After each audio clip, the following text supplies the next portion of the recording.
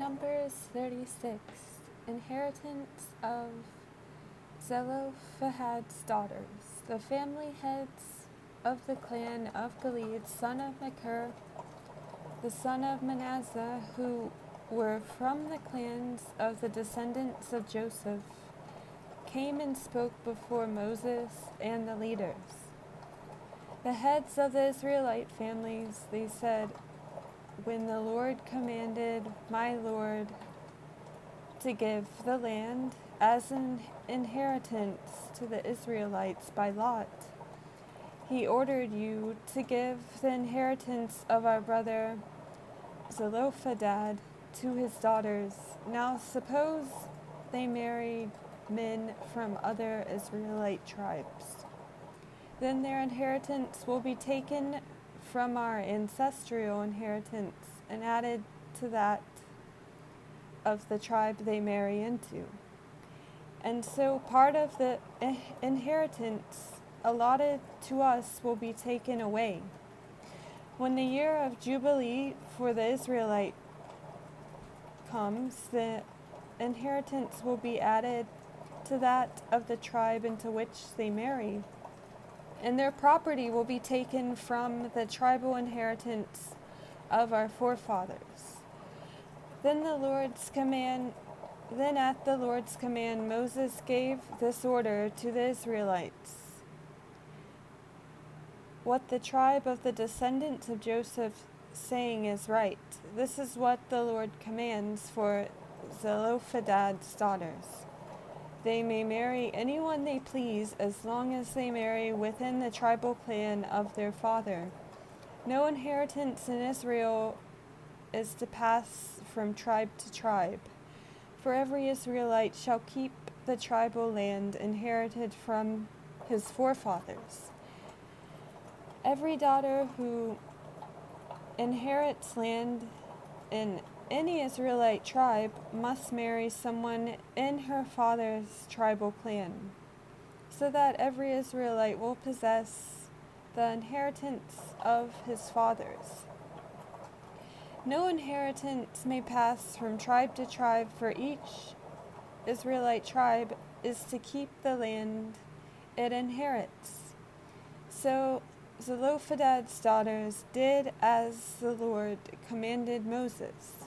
Zelophehad's daughters, Mahlah, Tirzah, Hoglah, Milcah, and Noah, married their cousins on their father's side. They married within the clans of the descendants of Manasseh, son of Joseph, and their inheritance remained in their father's clan and tribe. These are the commands and regulations the Lord gave through Moses to the Israelites on the plains of Moab by the Jordan across from Jericho.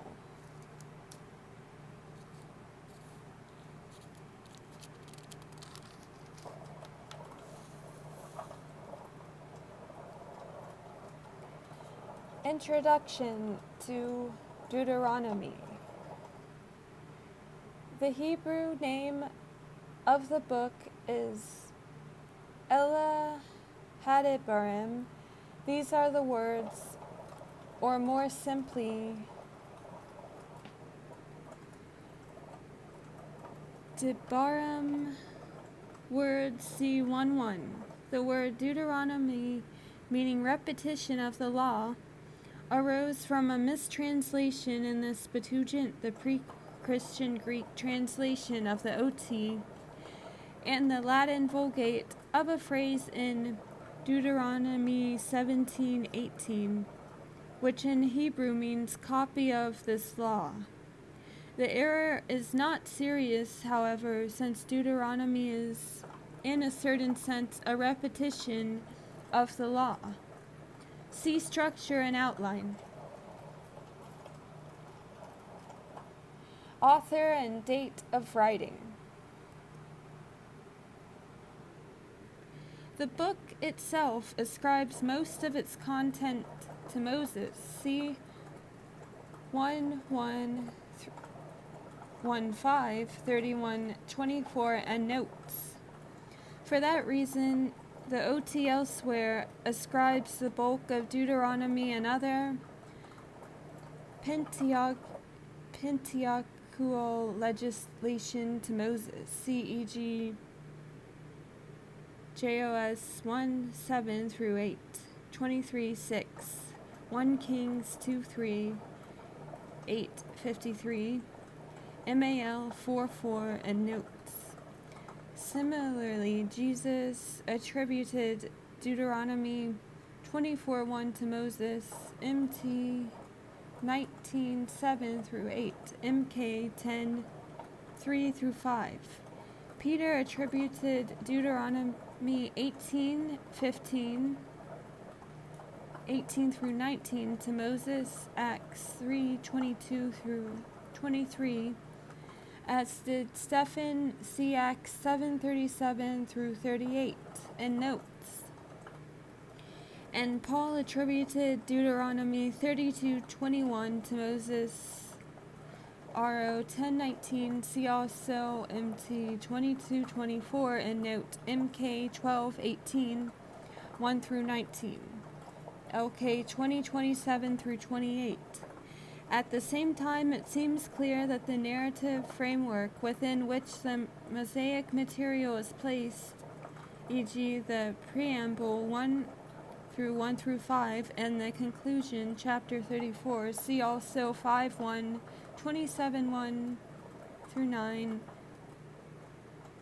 11:29:1-2, 31:1, 7-9 through 10, 14-25, 30, 32, 32:44-46, 48:52, 33, 1-2, comes from another and unknown hand. See Introduction to Genesis, author and date of writing.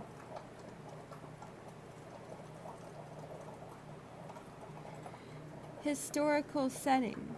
Deuteronomy locates Moses and the Israelites in the territory of Moab, in the area where the Jordan flows into the Dead Sea. 1:5. As his final act at this important time of transferring leadership to Joshua, Moses delivered his farewell addresses to prepare the people for their entrance into Canaan. In them, Moses emphasized the laws that were especially needed at such a time, and he presented them in a way appropriate to the situation. In contrast to the matter-of-fact narratives of Leviticus and Numbers, here the words of Moses come to us from his heart as the servant of the Lord presses God's claims on his people Israel. Special function in the Bible. The trajectory of the story that unfolds in Genesis, Numbers through Numbers seems to call for an account of the conquest of Canaan as found in Joshua to bring closure to the movement from promise to fulfillment. See Introduction to Joshua, title and theme. But Deuteronomy intervenes as a massive interruption. Here there is very little forward movement. At the end of Numbers, Israel is on the plains of Moab by the Jordan across from Jericho. Numbers 36-33. And at the end of Deuteronomy, the people are still there. DT 34:8. Waiting to cross the Jordan. See Joseph 1:2. All that has happened is the transition from the ministry of Moses as God's spokesman and official representative to that of Joshua